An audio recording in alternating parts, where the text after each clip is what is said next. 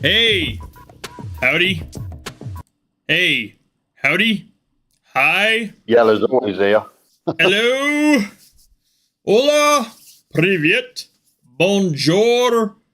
Guten Tag. What is up, Vikings?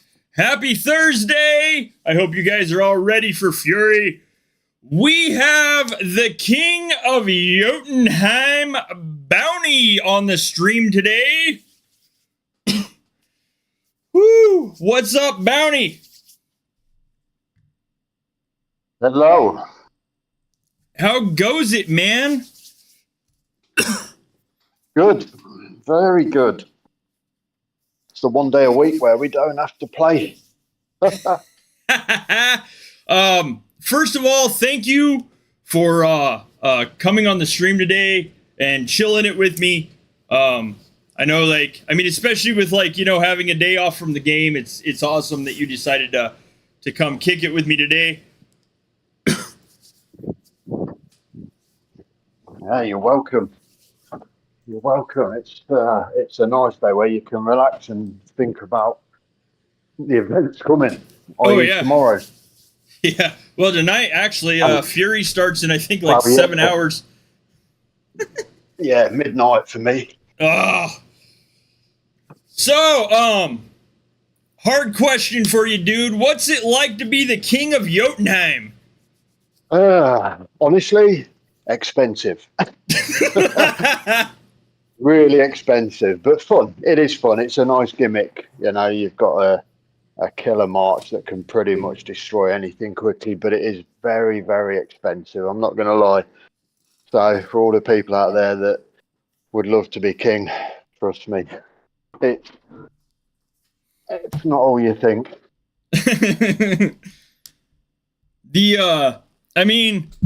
Not only does your name, essentially Very, get very expensive. I'm not going to lie. Not only does your name essentially get shouted across the game. Your profile's on the throne of Jotunheim, but man, you spent hours on that, didn't you? Yes. Yeah. It's the first day. It's all day, and it's one of those. And it also depends what other events are running and what the other clans decide they want to do as to how busy a jock can be. Sometimes winning the throne can be the one that gives the good achievements and rewards, in which case everybody wants a piece. Other times it's more slaughter events and stuff where people want. So luckily this one wasn't too bad. Now that's one of the things, obviously, you get that nice King of Jotunheim March bonus. But you do. But I know merely from another standpoint, that just means that, oh look, you're gonna go through way more troops. Yes, I think in Battle of Light last week, I went through maybe 600-700 billion T8 in one day. Oh, man. And it's again on Sunday, so that'll be another. Dreading it. Oh, and then we'll have T9 soon. Oh, mate, I don't even want to think about it. I'm hoping it's not a shard-related training thing, because it's too much. Oh, man. You've, is this your first time being king? No, 2 years ago.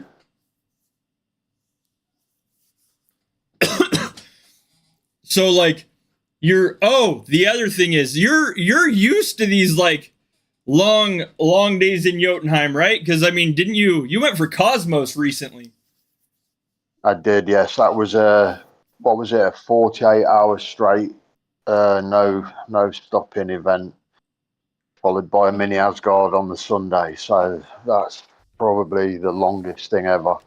Yeah, I remember seeing you in clan chat be like, I don't think I've ever been this exhausted in my life.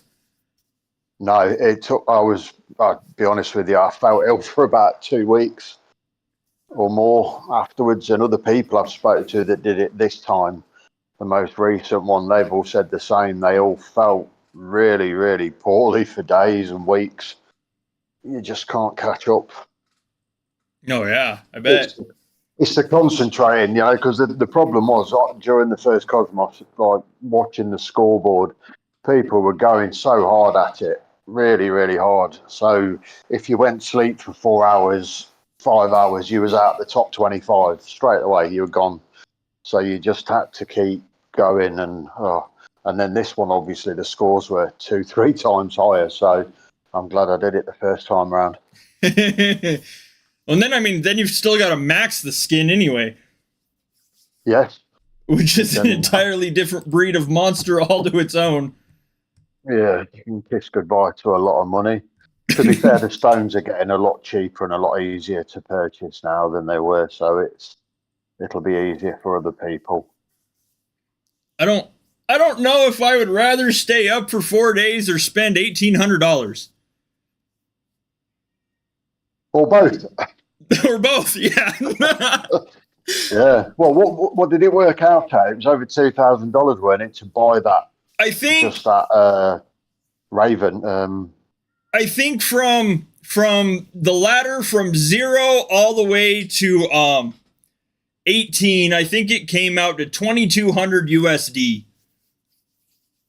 Yeah, because that Garda ruler, that's pretty much somewhere around that price, isn't it? When it comes in the shop, the neon light shop thing. Yeah. And you can start from Yeah, they're pretty. They're pretty. That's what it was for ruler. They're pretty comparable. I think if you're spending the amount of time to get Cosmos, and then obviously you're gonna have to spend for the upgrades for Cosmos in general, because nobody in their right mind is gonna have that many stones and star shards laying around. No. So I think it's pretty comparable between time and then money spent to max both. If you bought ruler through the Neon store, I think it would be almost comparable to the amount of time and money you're going to spend on Cosmos as well. Yeah. To be honest, the Cosmos, I just did it just to get it. I was never in any rush or bothered about upgrading it in any haste. And in all honesty, when I did the Cosmos, I got a maxed Garda ruler as well. That's one of the other things they were giving away that week for the Slaughter Attack event. And that was far better than the Cosmos. Well, it's way better to earn the max skin than have to worry about maxing it in general. Yeah, the ruler's not far off Cosmos. There's very little between them. They're both pretty much pure offense. They're fighting skins. And to get ruler at level 15 and have to do nothing, no upgrades, compared to the Cosmos is massively different and just as good. Well, and I think the other side of this is we see a lot of people in the community, they want Cosmos, they want ruler, they want that King's March, they want King's gear. But the other side of this is and you can speak from experience because you have it. I don't have any of it, but I know purely from stats wise, none of that is ever going to help you defend a single thing. Nope. No, defense has always been, offense to defense has always been probably 60-40, maybe more in favour. This is why when I play Battle of Light, every rune I've got in my King's gear and my other gear is all defense and health. Every single one. I don't play with any offense runes in Battle of Light. None. Just because the gear is so overly offensive, you really don't need more, I'd imagine. No, it wouldn't make much difference. And then, I'm pretty sure you watched it because I remember a comment after I put it out, the VIP breakdown.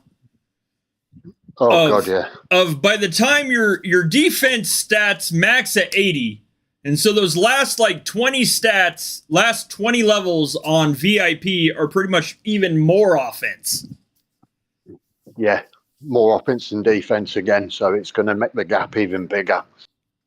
It's kind of it's like it's kind of one of those things of I believe also VIP at the end it might do march size too. So yes, it goes up another to like 190. I think Wild was saying because I had a lot of points anyway, so the day it come out, I went straight up to 70 something. But then Wild was saying once you get to that, it basically almost everything doesn't really go up at all, if anything, until you get sort of 90, 95, and then it goes up. I think it's 100. Is it 195% or something? I don't know. yeah, it jumps. I know it caps at around I think 70, 80, and then there's nothing until almost 94, 95 where it picks back up, and then it just starts jumping exponentially by like 5s and 10s. Yeah, once you get to 65 on the VIP, after that, there's nothing really worth worrying about until very, very high up. Yeah, number of warriors on March 1525. So what's your max march at now? Oh, at the minute, about 850 or so, something like that. And then your max scout march? I don't know. I don't know because I've got a few things on my account that I've kept low on purpose because of the Battle of Light. So that's all I'm saying. The worst thing you can do is upgrade all your Altar of Light as fast as you can. Let me just say that. The higher the level is, the worse, the harder players you'll play. Man, I'll tell you, like Battle for Light, it's one of those events. I will be brutally honest here. I was really excited when I heard the mechanics for Battle for the Light. I was one of those people that is like, finally, we have like a capture / defend tower of our own, kind of like a personal Asgard. Like, I am good for this. And then I played it, and like my altar's 72 out of 120. I popped it on the screen so these guys can see it. 72 out of 120, and I will tell you this. When you get this dude on the stream, when you get Bowny in Battle for the Light, you feel like you had 5 done in Altar of Light and nothing else, because this dude will cut straight through you. You've got to be quick, and you've got to be prepared to waste troops, genuinely, and I mean waste troops. It's all about speed, and you do waste a lot. You've got to throw T8 around like confetti. It's not that the good players are really good. We just have a lot of troops, and you've got to have 18 marches either going out or coming back or sitting in a tower for the whole time if you want to really go for it. I was and I say this out of just complete respect and love for you both. I got the unlucky draw of having you and Mac both in a group. And then it was like the next group, I believe I had Molnir and I think Sola from Giants. Who I think was king at the time.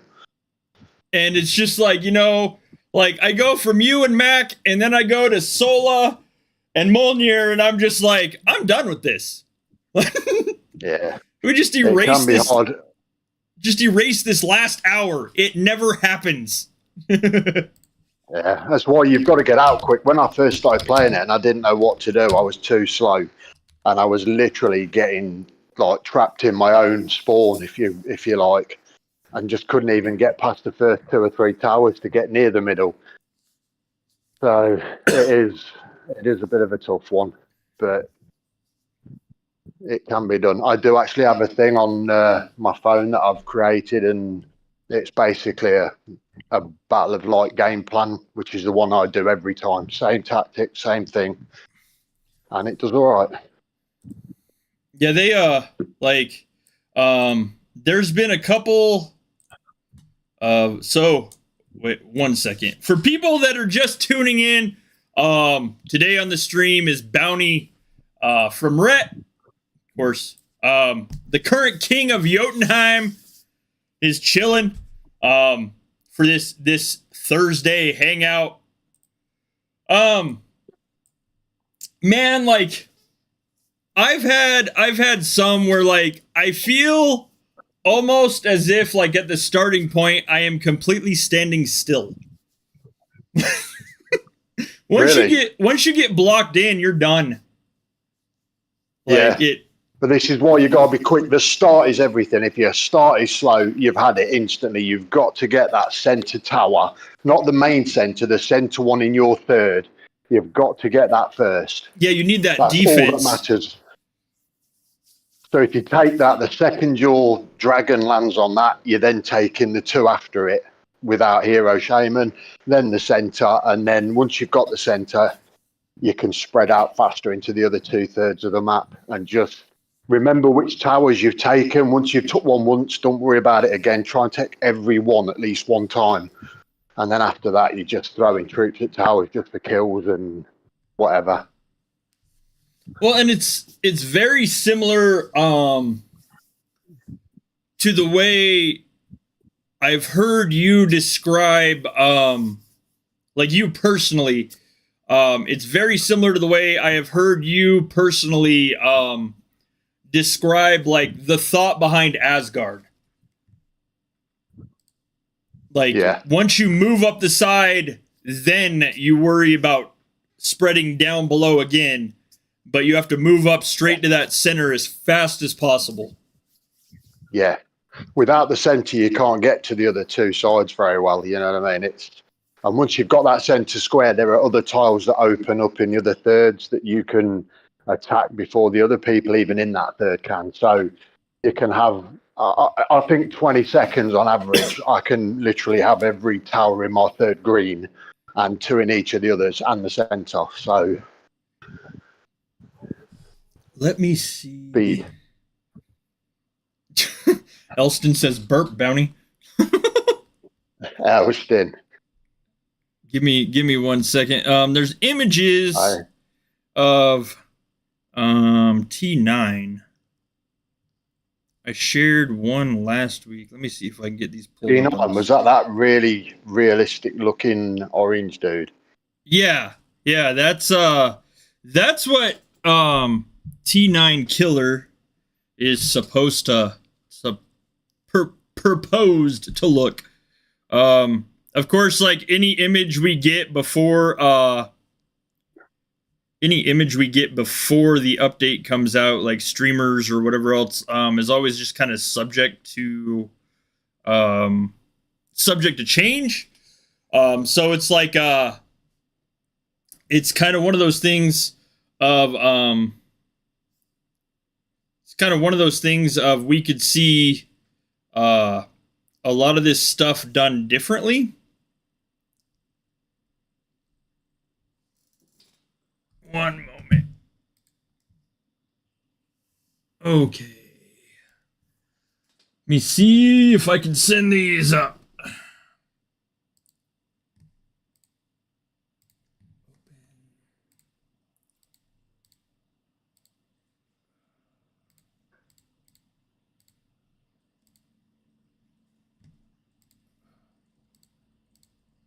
Okay, you still there, Bounty?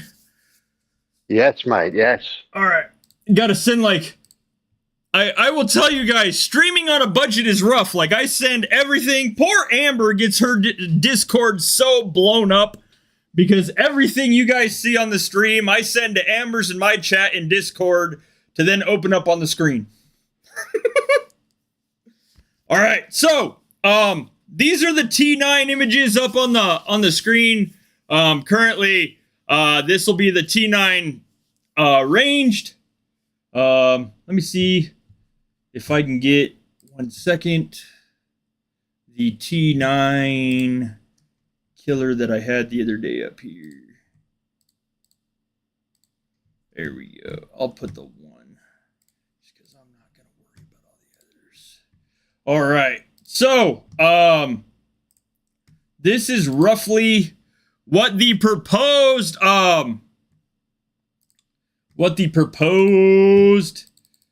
T9 killers will have. They'll have that flaming orange axe. And then way too far out. Zoom in was. Then we'll have Siege, which I mean that Siege is almost like a throwback to what we see on I think T2 Siege. Good lord if I can talk. Nope. T3, T4, T5, T7, T8. Interesting.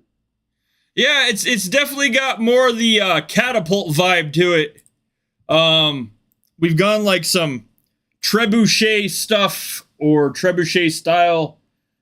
This is definitely more catapult siege engine vibe to it.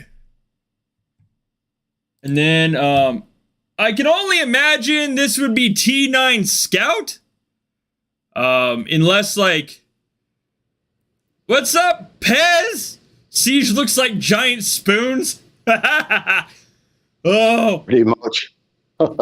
Go back to the days of throwing like mashed potatoes across a dinner table for those of us that had siblings. Not that I ever would have done such a thing or promote such activities. I can only imagine this would be T9 Spy. I mean, kind of very.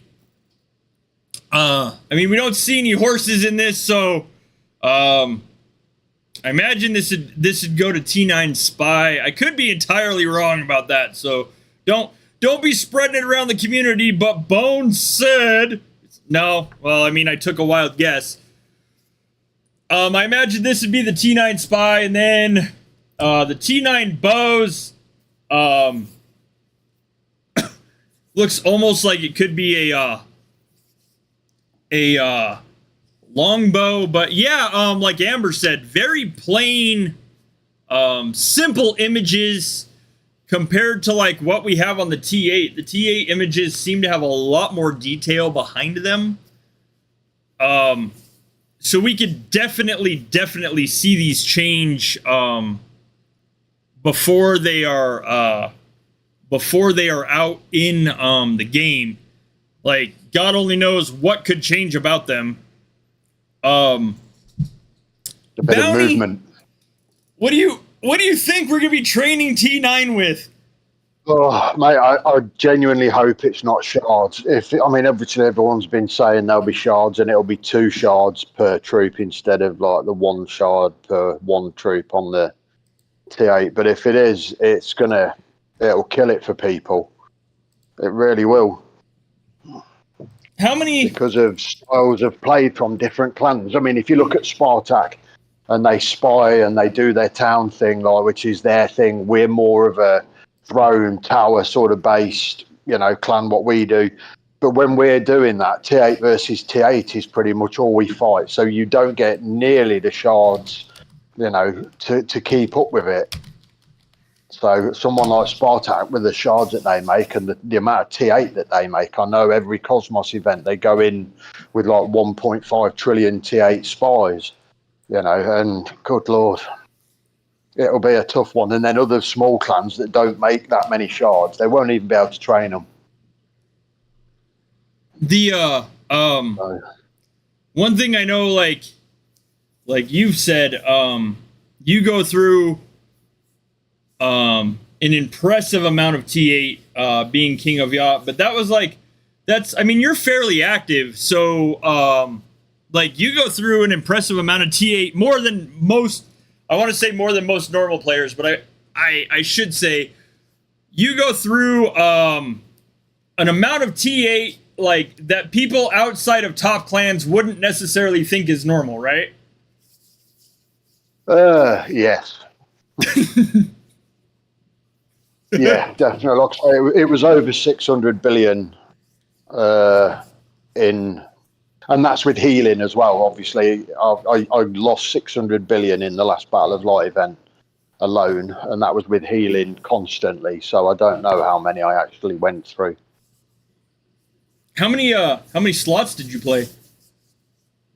Booked them all, but played a lot, sort of probably 20 something, probably between 25 and 30. Are you the other, here's the other thing. What do you think when you see like, and I mean this like respectfully, of course, because I have absolute respect for you and of course for Game Ender himself. What do you think when you look at guys like Game Ender that have reached that one quadrillion kills thing? Yeah, fair play to him. I mean, he's always had a high amount of kills. And again, it's that thing, you know, if we spend 48 hours in Jot hitting the throne, T8 v T8, you don't get many kills. It just doesn't work that way. Whereas if you're hitting towns, as you've seen nowadays, because of the onslaught size and the strength size of each individual town with the skins and the king's gear and everything else, the new achievements, you know, you can be killing, 100 billion troops in a hit, and also the spying as well. I mean, yesterday in Mini, I spied some for the last 10 minutes. I think I hit one guy, I was killing 150 billion troops a hit. So it depends on your gameplay. If they've always done towns and spying, your kills are always going to be insanely higher than what we could ever get. I mean, that's like, I think that's like the other thing. Like we see a lot of people. Well, let me rephrase that. We see people state that like that basically in Ret we are a bunch of bullies. We're mean. We hoard the throne, etc., etc. But like, I mean, I'll be honest. I have a really hard time. Granted, I mean, I play budget. I'm considerably smaller than some of the people in our clan. Like I think my highest influence that I am currently, actually that's the highest I've ever been is 550 T. Like one of the things that people state is like, they wish we'd leave the throne open because like they want to close their events. But like, I'll be honest, honestly, even throwing what we throw in the throne, like we don't close, like we're not going to close our T4. Closing T8, the T8 battle for T8 anyway, slaughter T8 is extremely hard in the throne in general. So it's like one of those things, and I'm sure you've noticed that as well.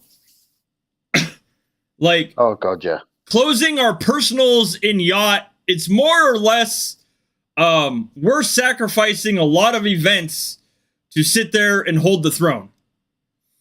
So yeah, definitely. And I'm not saying we're giving these guys opportunities to close their event, but I mean, like the other side of that is that, and I've made it as a joke before, is that, I mean, we're giving people a T8 target if they owe us the throne, I guess. Yeah, well, it happens every mini. People come, the first hour's crazy, everybody hits Ret because they know we've got 3 towers full of T8 and they all sit hitting us to get all their kills and max their event. It's exactly the same thing and they don't mind that. So what's the difference? I mean, it's kind of one of those things. And I mean, like you said as well, like being king is expensive. So, I mean, it's a lot of T8 and I mean, I know it's a clan effort, but, I mean, it's just a lot of T8. You guys, like the bigger guys in our clan, go through and a lot of dedication as well. And I do got to say, like a big shout out to this dude on the stream right here. Not only is he a really good guy, and I got a lot of love for him, but he's really dedicated to the clan and like what he decides to do and the direction that our leadership takes. So when he tells you guys like what his strategies and stuff are, or how he sees Battle for the Light and other stuff, like he's not only speaking from like what he sees and knows works, but he's also speaking from the experience of a player that's played for a long time and figured out the strategy that is best not only for him, but also works out in the long run for the amount of troops that he has to use. Like with that, like you've played, we were talking earlier, and you've played from the start, right? Pretty much, yeah. Yeah, various little clans, and then I think my first big clan, I can't remember the Judicators back in the day with Arel, the guy that ran that one. So that was my first big clan. And then from there to Ret. So my history of clans is not as varied as some people here that have been in about 20 different clans. So I've basically been in 2 really since I started. Now what would you say is like probably the easiest way to sum up being in like Ret, for instance? Like Yellow and I have talked about how a lot of people are under the misconception that we all get King's gear, we all get achievements, we all get this other stuff. But there's like, I mean, Yellow and I have discussed how like there's an inner clan competition essentially. Like, I mean, and of course it's done out of respect and love for each other because we are clanmates. But we've talked about how like you're no longer just competing with the whole game. You're competing within the clan itself too, to basically get these rewards. So like, how would you describe being in Ret, like being an elder, being in Ret, and then like, I mean, playing here and getting the rewards and stuff like that we get? Oh God, well, big clans are harder because what you got to remember is in clans like Ret, Blood, Spartak, VR1, SPQRF, all the big clans that are out there, every player in the clans, in each clan, is a big player on his own. They're all big, big players, big towns, great stats. They've all put a lot of time in, a lot of money in.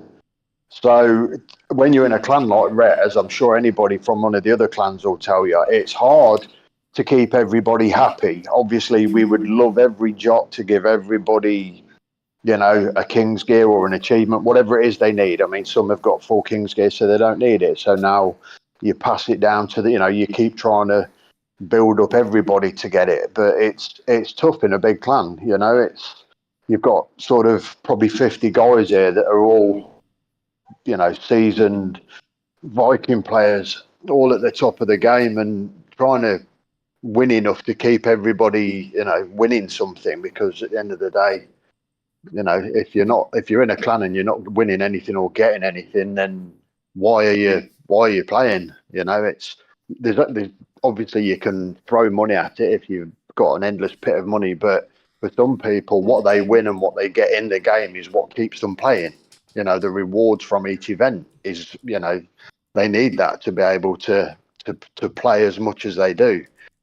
Not everybody's got an endless budget. Mine's not endless. It's bigger than some. It's smaller than others. We've got Elo who can train troops like they're fruit.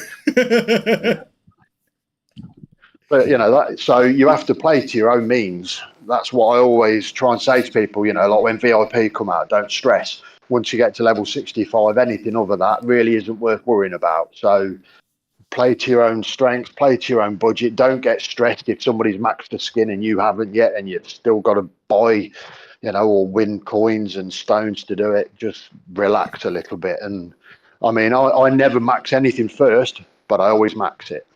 It just takes probably a bit longer, but it doesn't matter. Right. Goes back to that whole thing of it's a marathon, not a foot race. It is. It has to be. When some of like this VIP now, nobody. I know a couple that are around level 80 or just above that, but it's going to be the middle of the year or above before they get anywhere near the 90s. So there's no rush. I think the highest. It's the same with the Battle of Light. Once you get to level 15 on those achievements, like at the minute, mine they're going up in big percentages, 30% for the next level, then 40s, then 50s. But once you get to 15 and above, that disappears. Once you get in level 16, 17, 18, 19, 20, whatever they go up to, you're only getting sort of 10 and 15%. So it's not, what's the rush for that? 10% extra defense in a fortress is nothing. Right. Right. It's more about pacing yourself and enjoying it. Yeah, it is. If you've got a good account and you're in a good clan, you will get the shards, you'll get the kills, and just have fun. Don't get too stressed out about it.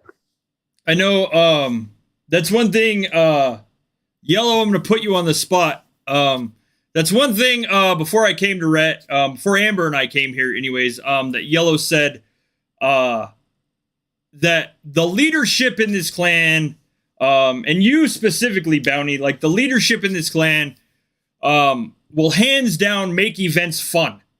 Not only like with the voice chats we run for them, but also like just in general, the mindset's not to like, don't kill yourself in events. It's enjoy this, have fun with this. You know what I mean? Kick back. It has to be fun because nobody wants to play a game that isn't fun. And if it becomes not fun anymore, people will either leave the game, leave the clan, whatever, And that's what's happened to so many big clubs, the big clans that were there years ago, X-Part. They've had individuals there that have been a little bit more selfish, and every time they're winning stuff, they are taking, probably more than their fair share, etc., etc. And that's why some clans have lasted and are still going strong, and others they just fade. And you'll see all of a sudden 1 week 20 towns leaving one clan because they've just had enough. So it's got to be fun, and you've got to play for the clan. It's never ever about any one person. We've had some really big players here who are still playing and in other clans, but they didn't like, not being the big I am. And, we just said, okay, go and find a clan where it suits you. They did, and they're happy hopefully now. And that's it. It always has to be about the clan. It is never ever just about just me, just Elo, just any individual player. It's Yellow's like it's like a mutiny. Well, it can be. I mean, we've had literally almost whole clans come to us all at once because it's just fell apart. It happens. We've seen clans get really big and then they've gone small and they've faded away. I mean, not to sound bitter, but you've seen with Blood, there's been times where Blood has been, a top clan, then they've dropped off a bit, then they've got bigger, then they've dropped off a bit, and so on. It's all about maintaining, the happiness. Like the guys we've got in Ret are great, as you know, when we're all sat in chat. Sometimes we're a little bit stupid and we talk a lot of rubbish, but we laugh and we have good fun together. We've got so many different characters of different types from all over the world, and that's what makes it fun. That's why it's so great here. So there was a question in the chat. I'm gonna bite my tongue on this a little bit, but they said, Bowny, how do you foresee game development in the next 2 to 3 years? Which updates and changes will make us move on and get the same pleasure from the game? Oh, well, as I was saying earlier about the T9s, what they've got to remember is in this particular game, there are all different people of different sizes. There are small towns. Some small towns are really strong still. They just do the influence control. I've seen towns that are only 3, 4, 500 T, and they've got 200 and odd, trillion kills. They're phenomenal. But what they've got to remember is there are small and big players. There's small clans, big clans, huge clans, little clans. So everything they put out to keep it fair has got to be available to all of those players. They can't put something into the game like T9 and then only 5% of the people playing it be able to actually train them and use them, because that doesn't work. Why should anybody be, not allowed to not have the ability to do it without spending stupid money? So, and it's got to be fun. Maybe change a few things like KVK. It's old, it's stale, like the KVK return battle we used to have. They got rid of it, replaced it with mini, so that's good. But you've got to keep new things coming. That's the main thing, because Battle of Light, it's been out a while now. People are getting high level on the achievements. They're going to, sooner or later, just stop playing it much. They're just going to play it, max out their personal checkpoints, and then that'll be it. And then, they've got to, and maybe more of a personal thing as well. So, like you say, it's nice sometimes to just it be you and your town. You know, just a break from the whole clan thing where you can just do your thing. Because sometimes people just want to let their hair down and just go out, you know, and enjoy playing their account the way they want to play it. Now what like so Platroy said it's very complicated today on small or medium clans. Like I know you've said you've been in big clans for a while, but what do you see like as far as like smaller clans now? I mean like from my standpoint, I mean I've played 9 years. I've played essentially since Jotunheim became a thing. And I know you have too. Like what do you think about the smaller clans in like events like Yacht or Asgard and stuff now? And what advice would you have for them? Oh, well, the problem is there's two types of small clans, though, isn't there? There's your small clans that are the influence controllers, which although they're only a small clan to look at, they might only be 5 quillion max influence, but all the towns there are as strong as we are. They just don't have the stupid amount of troops that we train. And then you've got your genuine small accounts and small clans, you know, in the other leagues. So I guess again, it's that thing. It's hard. It is a game where you can spend money, and obviously, the more you spend, the stronger you get. So it's, I guess, it's just finding that level where you're happy. You know, whatever clan you're at, if you're fighting clans of equal size and you're having fun and you've always got a chance to win, I think that's the main thing. Like obviously, sometimes with things like Home Gang and some of the Furies where we get. I mean, I think this Fury we've got one of the 4 is tiny, and there's always that one kingdom that you get that's just got no chance. Their score is 0 at the end of it, and they're just there as cannon fodder. So maybe something, I don't know, the way they do that, just to try and keep it even. To go into any kind of event knowing you're going to lose is really disheartening. Like, I know you've interesting. CG said interesting definition of small. I was looking at our Fury. Like most people would call these kingdoms small compared to us. I mean, like Rhett, our kingdom's at 275 quadrillion. Our rivals are 1 quadrillion. Look, the smallest clan is Forest Gauls, I think, the one on the left of the 4. Yeah. Now, although they are tiny 402 T compared to us, we know from minis and stuff they are very, very strong. Yeah. Oh yeah, absolutely. I know. Like smaller players wise, like I've smashed into some people that like. I mean, I'm gonna be honest here, and this might make me sound like a little bit of a bully, but I'm sure you're the same way, Bowny. You see like a little level 35 or level 36 town in Yacht, and you're like, ooh, target. Yep. But I have smashed into some of those like level 35, 36 targets in Yacht and bounced horribly. Yeah, you bounce off and you kill about 3 billion T2. So you don't have to be a stupid influence personally to be really strong. I mean, I'm sure if I was to get rid of all my troops and just keep the small ones, I could still take a damn good hit. Oh, yeah. And I mean, a lot of people will say like, well, that's your guys' town skins, your achievements, your Hall of Glory, etc. And I'm not going to downplay that. A lot of that is like, and I mean, I don't have achievements like as high as some of the individuals that we play with here, but like, yes, our town skins do affect that. Our Hall of Glory is maxed in Rhett, so of course that affects it as well. But I mean, like, these are accounts that we're talking about now, and I'm sure like you've looked at them where I know when I pick a target that I want to hit, I look at like their clan, how many members their clan has, how many stars on their Hall of Glory, what the achievements on the town are, unless I'm just going for like, just pure insanity of I'm going to smash as many of these T4 as I possibly can to close my event and be done with it. like, and then still I'm going to look at return because I don't want to waste all of my troops on one town with a very poor return. But like, I'll take the time to actually check out my target, and I'm sure you're the same way.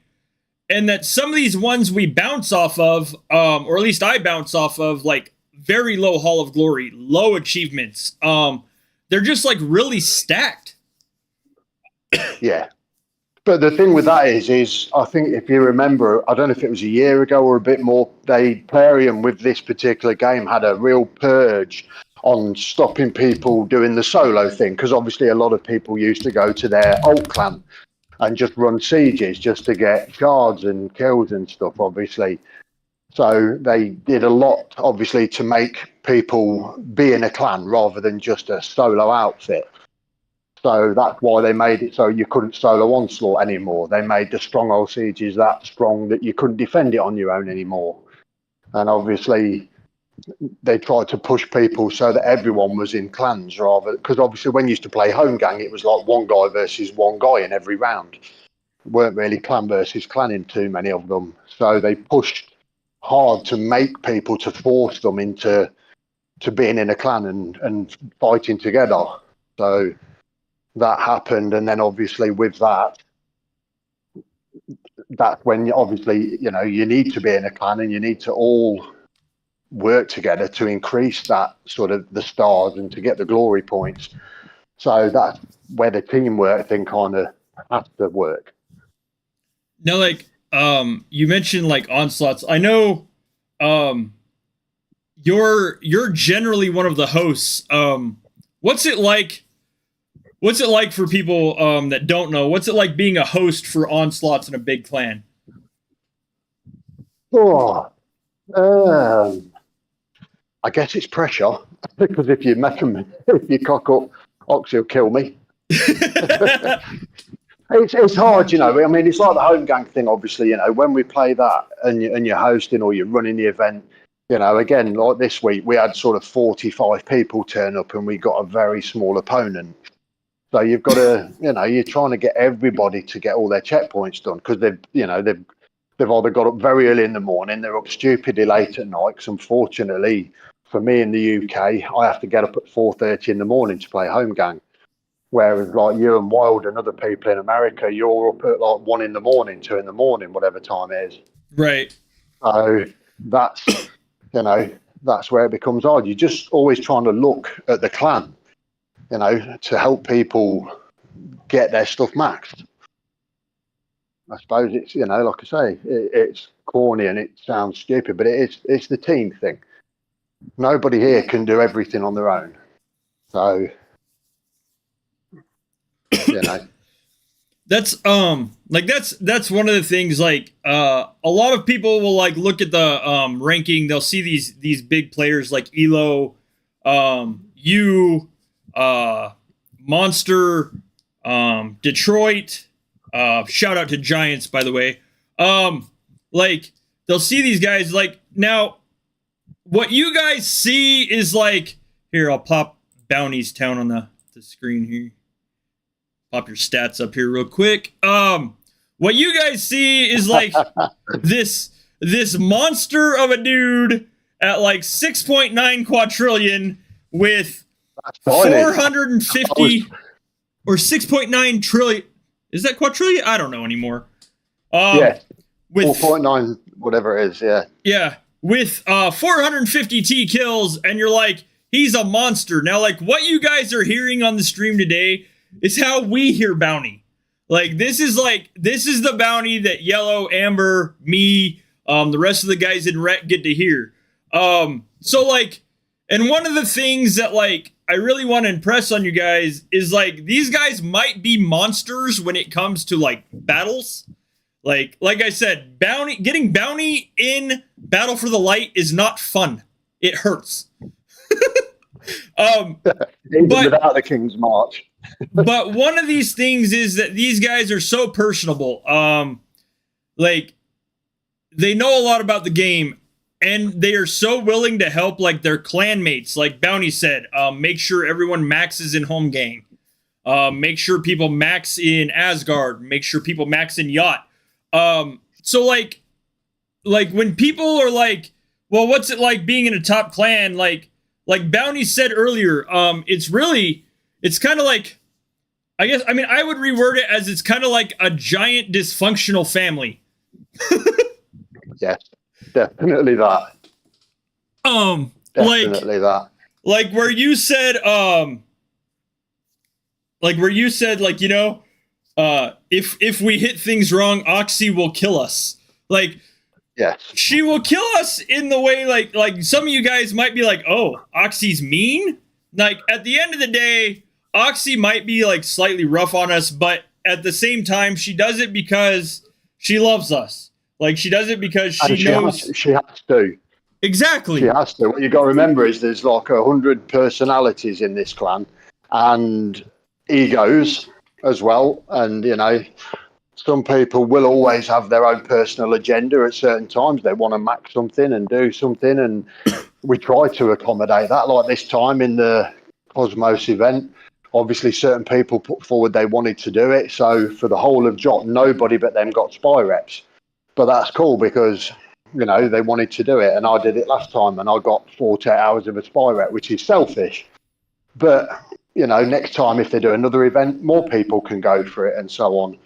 But what they don't realise as well as winning myself the Cosmos and Ruler, the scores that we got, me, Elo, I think it was a couple of others at the time, and again this time, also won us a ton of achievements, which also go to all the other people. So it does work out, but it's hard. You've got to be a strong character to keep 75 egos in check. So, well, and like Oxy learned from the best, which was Kamal. I know, you know, Kamal took no shit from nobody. He would kick the strongest player in the game out of the clan if they were not thinking about rep first. That was it. You're gone. Away you go. And so, I know, like, the other thing is like a lot of people don't get to see this obviously because they're not in the clan, but like there are times where hands down, I have heard you put it, like just go be knuckleheads, go do your stuff, go have fun. Yes. You've got to do that sometimes because it is an organised thing. It's 75 people trying to be organised on an headphone set, you know, to try and do the throne or to win home gang or to capture the middle towers in Big Asgard, etc. But sometimes, like I say, because people spend a lot of money and time on their account, sometimes they just want to do what they want to do. And it's lovely when you can just say, you know what, go out there, do what the hell you want, hit anything, buy, you know, just do what you want, hit T1, hit T8, I don't care, just do what you want and have fun. That's the nice. Unfortunately, there's not that many times we get to do it because we're always competing against big clans, but you've got to do that sometimes. Like, so, let me see. So like Platroy said, how to play with influences. Bowny said in little or medium clans, as impossible. Like, what would you say? Well, like, what would be your advice for people that say like it's impossible to grow or impossible to flourish in like a smaller clan, or like they can't necessarily figure out like what direction to go as like a smaller clan is versus like, I mean, obviously, big clans like us, like we sit at the top of the ranking just in size alone. And then, of course, like we do. But that's what I think. That's why they have the leagues. Obviously, you've got the Odin and all the rest of them. So all you need to do is be competitive in your league, you know, and you can still play. You know, I would imagine if you're in like, you know, the lower 3 or 4 leagues, every time you get a CBC, you're playing somebody of similar size.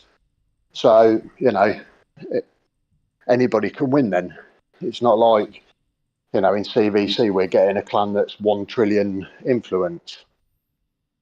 Right. Like, so what would be like being active is the most important thing in this game is being active. If you can, one way or the other, be part of pretty much every event. I know we work, we all have our lives and children, but if you can be active, that's what gets you your stuff. if you're active and you max all the all of the personals, and with the amount of stuff we now win in the clan events in Jot alone probably get you billions of gold, etc. Then you can, you can play. I know a lot of guys here that play on a very low budget, but they max everything, make sure that they get everything they can out of the game, as well as putting into it financially. And they have very strong accounts and very good stats. Now, what would you say, like, if somebody was asking you, like, what is one of the main things they should focus on growing in their account? Like, and I know that's going to vary per account too, but like, what would you say generalized would be like a main focus? Because I know you said, like, don't rush your altar of light. So no, I've always done what I can when I can. So if I've got 3 skins and I can get one done within 2 days and upgrade it a level and maybe add another 30% to my defense, I will do that rather than wait 2 weeks and then add 60% on the slightly better skin. I just try and up it all the time, work on, and you've got to have a style of play. I'm very balanced. I used to be a bit defensive, but now I've always gone like high on health, like with my buildings and stuff. My King's gear is very balanced. I don't have King's offense and King's defense sets. I just have one balanced set of both. So you've got to know your style and play to your own strength. Some people like to defend. Obviously, traps are probably the biggest part of the game now. And just figure out your own style, the way you play, and what's good for you. Like, how would you describe your style of play? Yeah, like I say, I'm quite balanced because obviously we play throne a lot and stuff like that. So you could go all offense, and obviously then you're going to capture the throne. But then your defense is really poor because you've got no defense runes and nothing like that. So you're going to get knocked straight out. That doesn't really work. Or you can go all defensive. But if you're all defensive with not enough offense, you're not going to ever take the throne. So for me, I'm a very balanced player. I try and balance it with the game, like I say, because the game is so offensively biased. Everything I do, rune-wise and everything else, I try and always add defense and health where I can, just to try and keep my own account offense and defensively even. Like, what would you say? Oh, here's switching this. Like, what would you say, if anything, would you add to Vikings? Oh wow, a lot more hot women. No, actually, to be fair, we've got a clan full of them. We're blessed. Oh, what would I add to Vikings? I don't know. Crikey, that's deep. I don't think I'd add anything. I think I would just. You see, the problem is, Plarium always adds stuff. They've added, all this stuff now. They're on about adding more palace levels, and then it'll be shaman levels. I think the best thing with the game is to, first of all, I'm a great believer, if it ain't broke, don't fix it. And unfortunately, they're always having to fix it. So maybe just work on what they've got for a little while. Slow down sometimes with these releases of new stuff, because it really can be off-putting, because they release one type of new thing, maybe skins, and people are working on them, and long before they've gotten finished, something else has come along that needs more money and more time. And for a lot of players, they just can't do everything at once. I'm one of them. I'll always focus on something until it's finished, then I'll start something else. And, I don't panic. Oh, no, I've got to do all these skins. I've got to upgrade all this palace. I've got to get my VIP to 100 in a week. But it's a lot of pressure. Because also, like you say, within a big clan, everybody has their own agenda. There's a lot of egos. People all want to be at the top of every score after each event and stuff. And, I think just taking their time with things and just think about what they're doing a little bit. Don't put too much out there at once. Like, Baquette asks, Bowny, how much time do you spend in game for an event like Yacht? Well, this is my downfall, you see, because of my work and I have my own little business, etc., doing what I do. Normally, obviously, Friday is the first day of Jotunheim, and I'm normally at work. So what I used to have to do was get up at 4 o'clock, play the first 3 hours, and then go work at 7 o'clock, work till 6 o'clock at night, and then play it until I went to sleep or passed out. And then Saturday morning, I also have to work because I work for myself, so I have no choice. So most shots is probably the worst performance the clan gets out of me per month. Whereas obviously when I went for the king, I took 2 days off and I was on for the whole time. But I can't do that very often. So Jot's my weak point. Same as Asgard on Friday next week. I'll only play probably the last 5 hours because I'll be working all of it and I can't do any other. You know, that's life. That's what we all deal with every day. So like, I mean, and then obviously you said you went crazy for like, you know, what was it, like 3-4 days doing the Cosmos? Oh God, yeah. So, like, like there's definitely got to be a balance between game and like real life. Yeah. Oh God, yeah. I mean, most of the people, as you know, like we've spoke before. This started earlier. How busy you are with everything you do with the game and all the other stuff you do. And like me, I have 2 children. I have my own little electrical business and stuff. You know, everybody I know in the game have a pretty high profile kind of professional life and job and family. So it is very difficult. And I suppose this is where it helps because we're all over the world and we're all in different time zones. So when some are working, some are not, and vice versa, it's very awkward to find one perfect time for us to all be on and do sieges and this and that and the other. So it is what it is. But that's why you've got to remember life comes first. You know, as much as we love this game and we're sat here now, you know, if I had to quit tomorrow because of my kids, I'd be gone. I wouldn't even think twice. So life will always come first. Like, and that's I've seen a lot of people be like, well, and it's mainly like, you know, smaller players that are just starting and stuff that are just like, well, I have a real life, I have a family, I have a job, da da da. I can't spend like all this time on the game like these top clan people do. So I mean, it's one thing like, I mean, like you saying, the King of Yacht, for instance, you're like, you know, you've got these dedicated times that you're on, and you know, like if you're going for the throne, or other stuff, like, you know, like this is still like life is still a priority for you. Oh God, yeah, it has to be. You know, we all have things. We all have things in our life that are set in stone. You know, we all have to work and do what we do. We have children and families and stuff, so that can't be changed. You know, the only thing you can change is your time on the game, but that's why the game has to be fun. Because for me, I don't have much of a personal life because my time is spent at work or with my kids, and that's pretty much it. So this is my personal life, like you guys, when we're in chat playing an event and we're all laughing and being childish, and that, you know, that's good fun. And this is my fun away from life, like where I can forget everything else and just have fun and enjoy it. So that's why you've got to always make sure that that stays, you know, as a constant. Like, what what advice would you give somebody that says they have hopes of one day playing in a clan like Ret? Yeah, very achievable. I was in no clan for a long while and small clans. And then I was in, like I say, I was in the Judicators about 6 years ago, 5 years ago. And then left there and just ended up in a little clan of my own. Well, there was a few of us left and made a clan of our own. About 6 of us, good friends, just went to a kingdom and hung out there for a long time. And then I got a message one day just out of the blue from Oxy.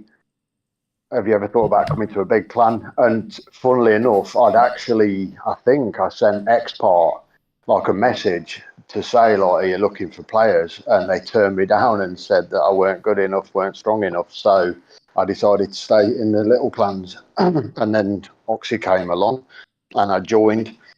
And that was that. Now, what I will say is it doesn't have to be a ret-sized clan that you join, but obviously if you join a good clan, maybe that's a bit bigger, it does help. You've got everything I know about this game. I only know from Ret. I'd never ever posted an onslaught in my life until I came to Ret. We'd never played Throne ever until I came to Ret. So everything I learned from these guys, from Oxy, from Kamal and Wild, and all the other guys here. That's where I learned how to actually play properly. Before that, I was rubbish, absolutely rubbish. Like, what would you say helped you the most in the game? Like was it just Playing in the clan with good players and watching what they do? You've got to watch. You know what I mean?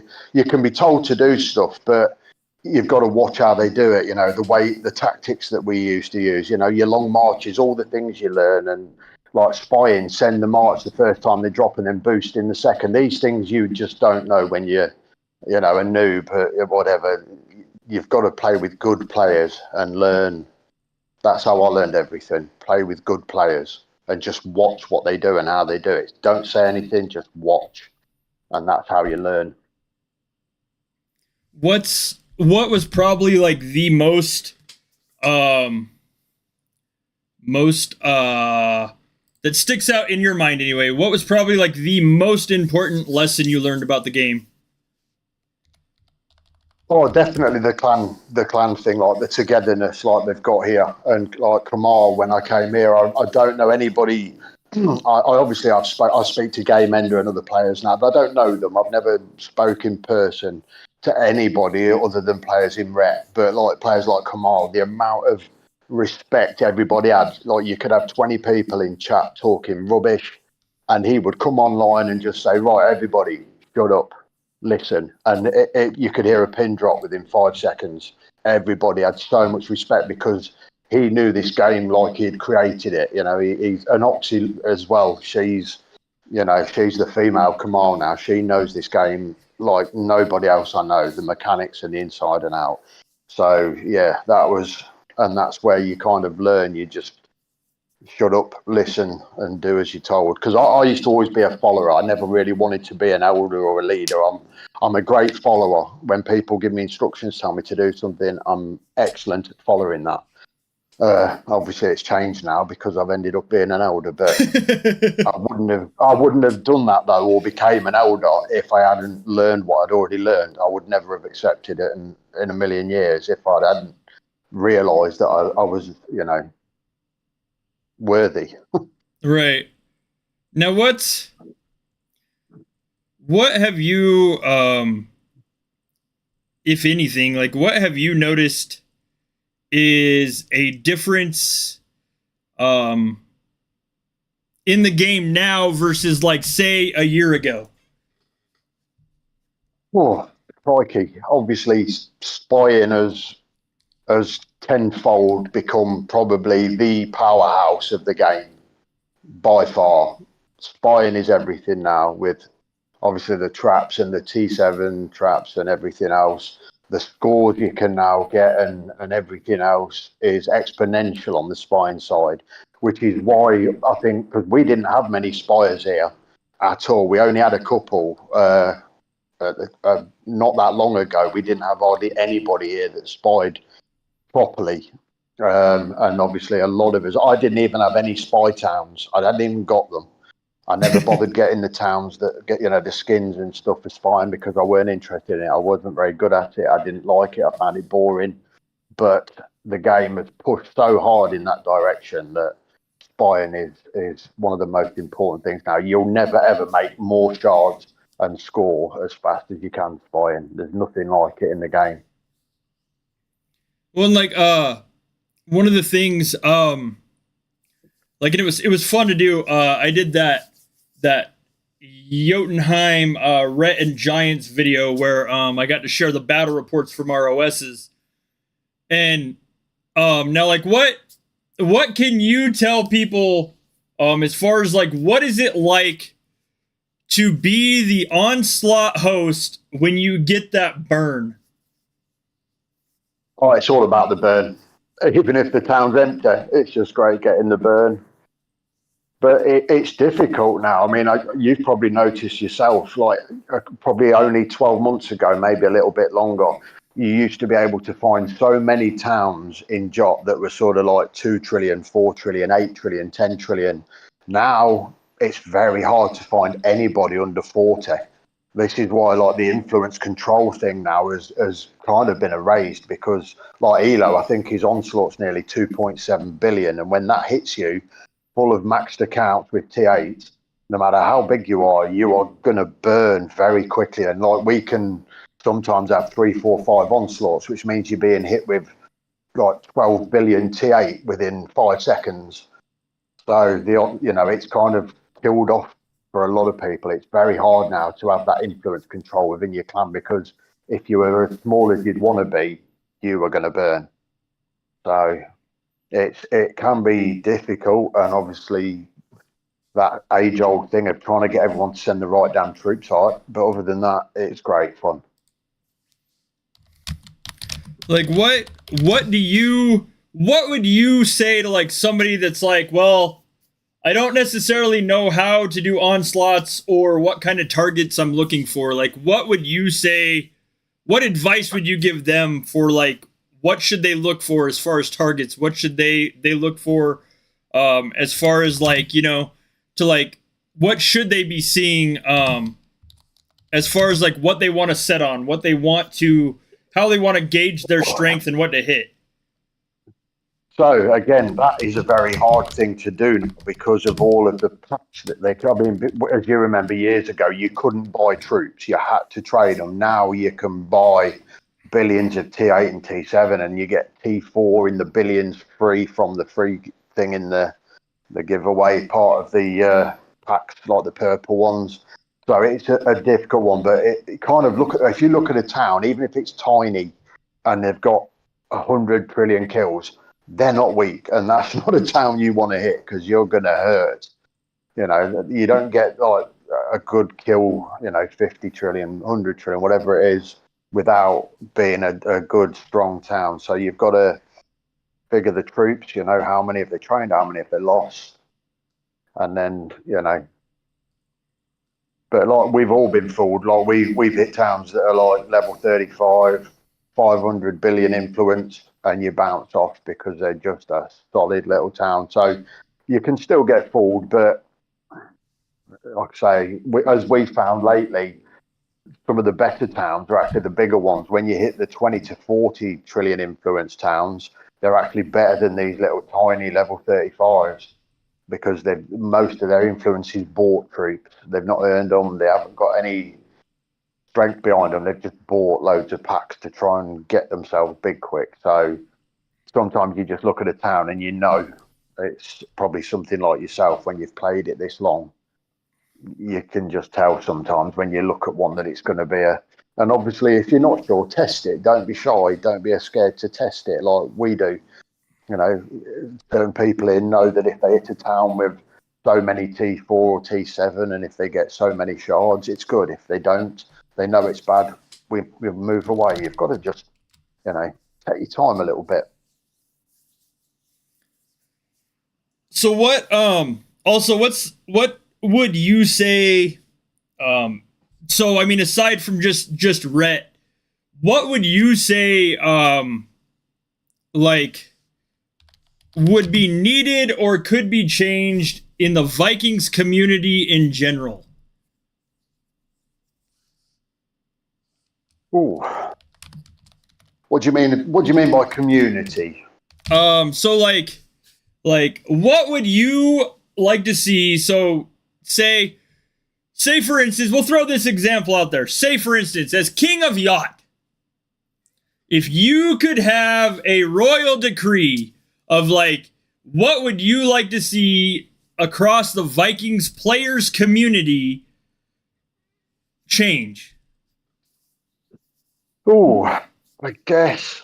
Oh, it's a weird one. I mean, I would like to see the game be very even. Like we've been talking about earlier, obviously the game is massively offensively biased, which I understand, because obviously that then encourages people to attack and not just sit there. It gets people playing and fighting. It is a fighting game, but I would like to see it be more balanced for everyone. I mean, we've played, without mentioning no names, recently, as you know, we've played clans that are far smaller than us in like home gang and stuff, and even in the Tower 9 with probably 6 of the top strongest players in the game in a tower, and you still can't defend it. So that shows just how offset at the moment everything is.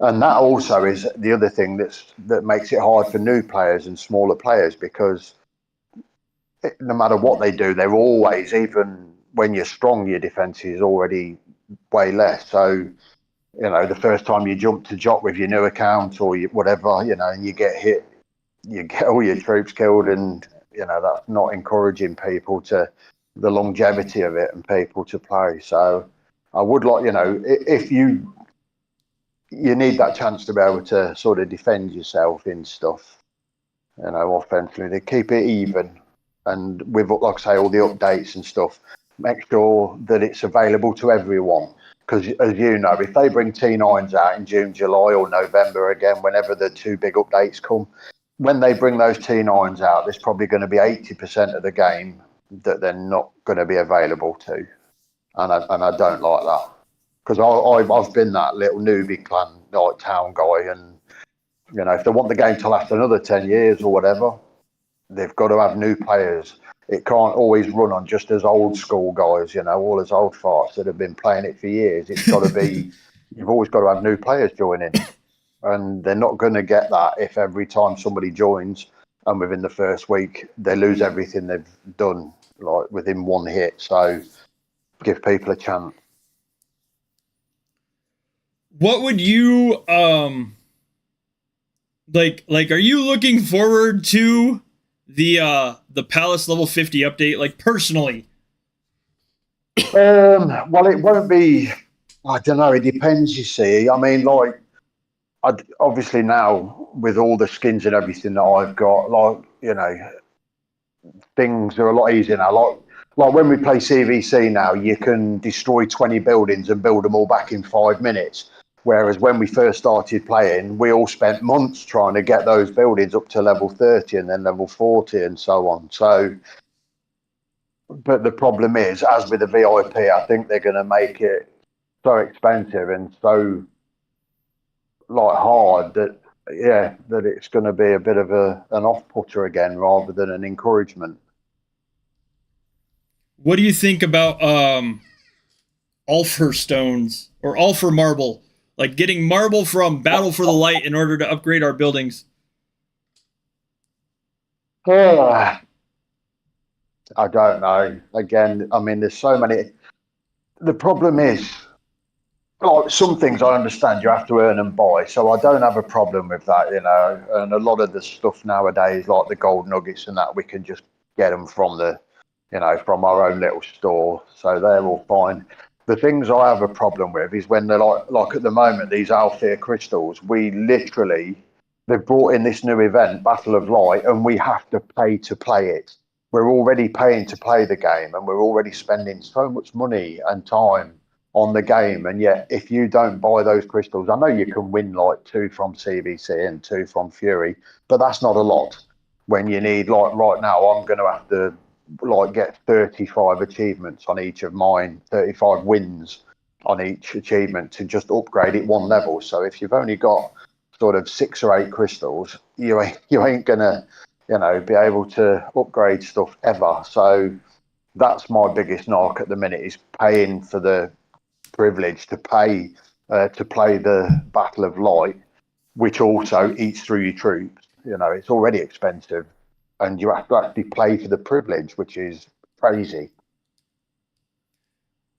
Question in the chat, do you think the clan league system is fair, and the personal leagues that everyone with level 40 is automatically Asgard League? Like, how what do you think No, about the I leagues? don't agree with that. I don't know. I think the only thing in the game that's fair is like the CVC. I think most people, when they get a CVC, it's mainly on influence and the league you're in. Like with Rhett, as you know, we probably have 10 clans: Spartak, VR1, SBQRF, maybe Vindy, and a few others. But they're the only ones we ever play in CVC. Is another clan out the top 10. So I'd like to think for most people in the CVC, you get matched up reasonably even. But in other events like this, the KVK we've just had, the kingdom we were against, I mean, my ult's bigger than the whole kingdom.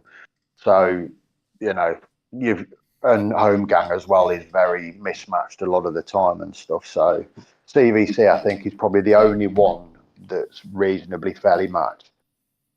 Well, I mean, even then, with like CVC being somewhat fairly matched, I mean, like there's still that one off that we get of like a clan that's, you know, I mean, significantly smaller than us. Yeah, they do happen, but I suppose there's also that thing is if we played CVC, say from now till Christmas, so you play 52 weeks, 52 CVCs, if all of those were always against the same 6 to 8 clans, that it would be boring. Yeah, absolutely. But who else can we play? Because anybody outside of the top 10, it's not fair on them then, because again, it's that thing of knowing you've lost before you even start. So then they're just going to shield up for the whole event. Nobody's going to do anything. There's no fun for anybody, not for us or them. And again, you're taking fun away from a game that's meant to be fun. What would you like closing question here? What would you or what advice would you give to any new players watching this stream? Definitely get in a clan, no matter what. Don't try and do your own thing. I mean, we've got a couple of ex-rep players that are still solo in our kingdom now, and it's not good. So you need to be in a clan, but also a fun clan and a fair clan. I speak to so many people that have been in clans and their scores are great in Jot and in everything else, and they just don't get any rewards because whoever's running the clan is, shall we say, not very nice, selfish, whatever it is. So make sure you play. Honestly, like if the only thing that makes this fun for me is being in Rhett and you guys. That's where the fun comes from. If I just sat here with no line, no Discord, not chatting to anyone, just playing this Vikings game, it would be boring. You know, like even any game on grand scales. You know, I was a hardcore Call of Duty player for years. I got into like the top 10 in the world, and but the fun that we had was because there was 20 of us that played 7 days a week and we chatted in game and we just had great fun. So you've got to play with good people, fun people. Thank you once again, Bowny, for being here today. Detroit, what's up, dude? Detroit. I greatly appreciate that, and of course, like your words of wisdom. What like is there anything else you would add to like all of this? Not really, no. Just have fun. You know, when you're in a clan and you know that the reason you're playing is to play with the people you're playing. Like in any walk of life. I work with great, you know, I've had jobs where I work with great people and the job was bad, but because the people I work with are great, I had fun. You know, like just have fun. You've got to always enjoy the game. Because the minute you don't like enjoy it, you'll stop. And it's a shame because it is a great game, and with the right people, it is the most fun you can get. I mean, we've got so many characters with Sensei and Carrie, like the clan sex pest, and you know, and the girls, especially some of the new ones who are as potty mouthed as the guys, and it's just great fun, you know. So play with good people first, and then the rest will come.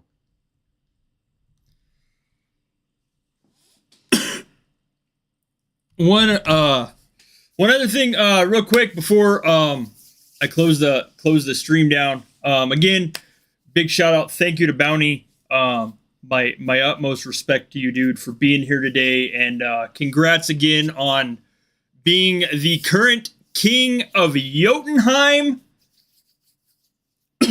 You're welcome.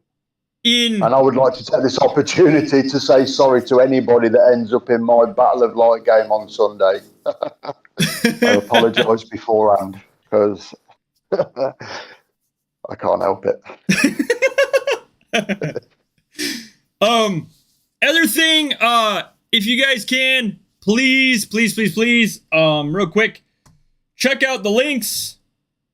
One goes to a GoFundMe, everything there. 100% funds the streaming equipment, and keeping this stuff coming to you guys, as well as check out the merch and membership shop. Of course, that, like, if you guys donate there through memberships and stuff, you get something back. And then also, there is news in the streamers program. They will be doing this thing once a month now, where 1 second, I will pull it up. It's called a Wheel of Luck. It is donation activity. Basically, if you guys decide to donate to your favorite streamers, it gives us a chance. Bones. Yeah, like me. Gives us a chance once a month, based on the donation amount, and like, I'll kind of cover this a little bit on and off the next couple of streams. Basically, that you guys can donate a certain amount, and once a month, I can roll a Wheel of Luck for you guys that guarantees you an amount of like VIP. It gives something back to you guys. Polarium gets absolutely nothing out of it. It purely goes to helping the streamers. So just heads up, that is currently going on. If you make a donation going towards that, make sure that I have your in-game name and in-game ID.